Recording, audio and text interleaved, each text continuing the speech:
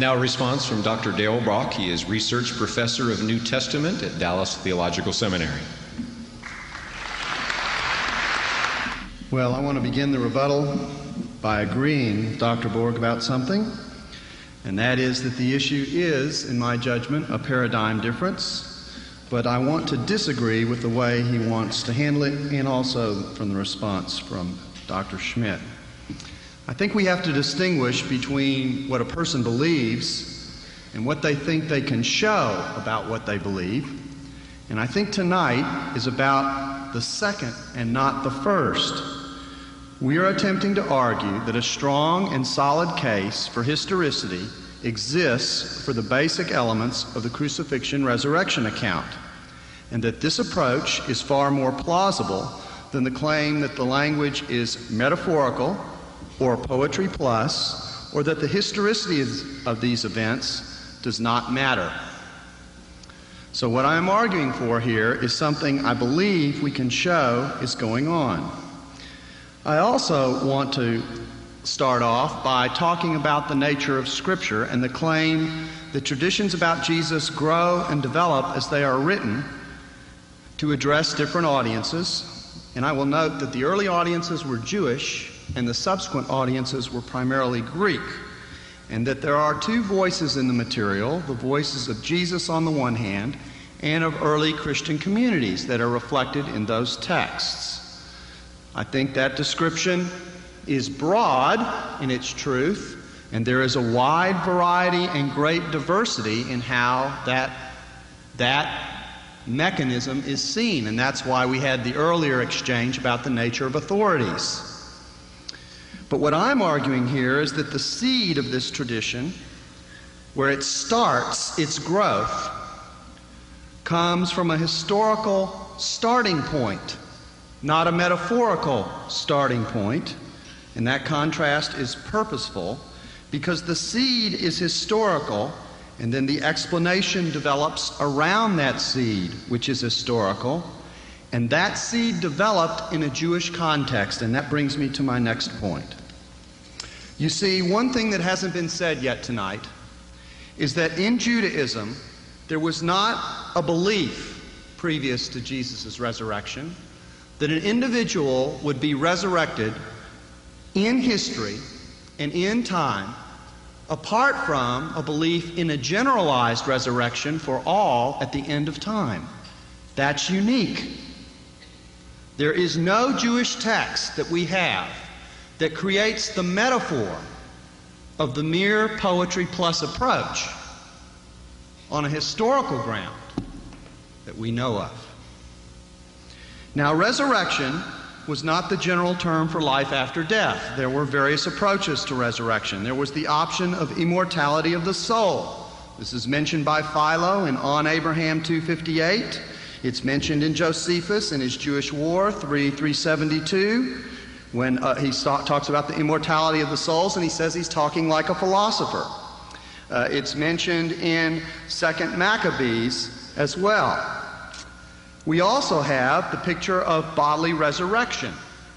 Bodily resurrection is noted in the metaphor of Ezekiel 37, the teaching of Daniel 12:2, and texts like 2 Maccabees 7, 9, 11, 22, 23, 29. I want to mention these historical texts because it's important that when we construct metaphors and worldviews, we understand the context in which they were constructed. Let me repeat again. There is in Judaism no view that one person would receive the resurrection while the rest of history continued unchecked. And never is the word resurrection used in Judaism for something essentially non-concrete, which gets to the nature of the body question. Let me say it another way. There is a very graphic passage in 2 Maccabees in which a fellow named Razes, dying, stabbed, pulls out his entrails, okay, and then the text goes on to talk about the motivation for doing it was because he longed for the day when God would restore him back to life, if you will, entrails and all. That's a very physical picture of resurrection. So my point here, my first point is that the seed from which any explanatory poetry would come from, out of Judaism, does not exist for the uniqueness of what Jesus is proclaimed to have done. So if we would have had a created story, we would not have created the kind of story we get in the resurrection accounts. If we would not have created the kind of story that we have in the resurrection accounts, then the question begs to be answered, where did it come from? It came from some event, apparently, that moved the disciples to create, in effect, a new theological category from which to view not only the life and ministry of Jesus, but also their own lives and their own process and journey. So that the message of the resurrection is not merely that Jesus is with us and is journeying along with us through time. The message of the resurrection then becomes that Jesus is a rather unique figure on the scene of history. And the effect of that was not just that people moved themselves, and now I'm shifting here, I'm shifting my attention to the idea of theology or poetry plus. And what I want to say about that is, theology is about poetry plus. It's about poetry plus history. It's about poetry alongside the seed that explains it. And that history is important to generating the nature of the poetry that we see in the resurrection accounts.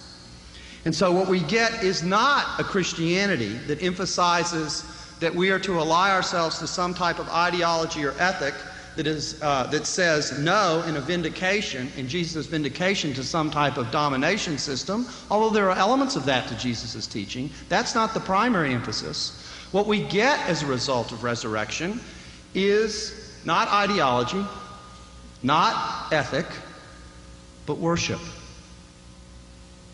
Where does that come from, if the metaphorical view is correct? Let me wrap up. I could say much more, but I think those 2 points say a lot. Let me wrap up by saying it this way. The affirmation of how Jesus lives and how he is Lord is variously defined by the two sides. In my mind, it is not entirely clear how Jesus functions as living and as Lord, other than as some kind of indictment, as an authoritative prophetic example, calling me to reject the domination system. That's what I'm hearing in summary from Dr. Borg. So it leads me to the question, how does Jesus actually function as Lord? What does he do? What is the content of that affirmation theologically? I'm not talking here about historically, I'm talking about the theological content of that affirmation. And why does it lead to worship? On the other hand, I think what Bill and I are saying, what Dr. Craig and I are saying, is that the emphasis is on allegiance to him. As a person, as a raised person. And I would say about the idea that the corpse is irrelevant and whether we could photograph it, I think I would say, bring your cameras. The tomb is empty. That's the declaration. More than that, I would say that however we interpret the metaphor of the doubting Thomas, what's behind the metaphor is, touch this. It's the opposite of the old Hammer rap song, can't touch this.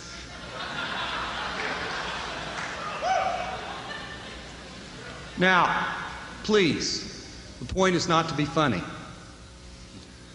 The point is that these metaphors in these texts are communicating something very concrete about what took place that transformed a former persecutor like Paul into someone who followed Jesus. I guarantee you, if there had been a corpse in a tomb or a body that could have been produced, that the persecutor Saul would have never become the apostle Paul. And that's another important point in this discussion. So what we are saying is this: our emphasis is on an allegiance that is connected to him because of a unique set of vindicating events. I agree that God has vindicated Jesus. That's the point of the resurrection. That's how I can see his claims that I otherwise could not prove. They are a step on the way to leading me to faith. And as a result, we have an accountability to Him as His creatures, and we worship Him as Christians, and we sing to Him, and we sing to Him not merely to His cause or merely to His ethic.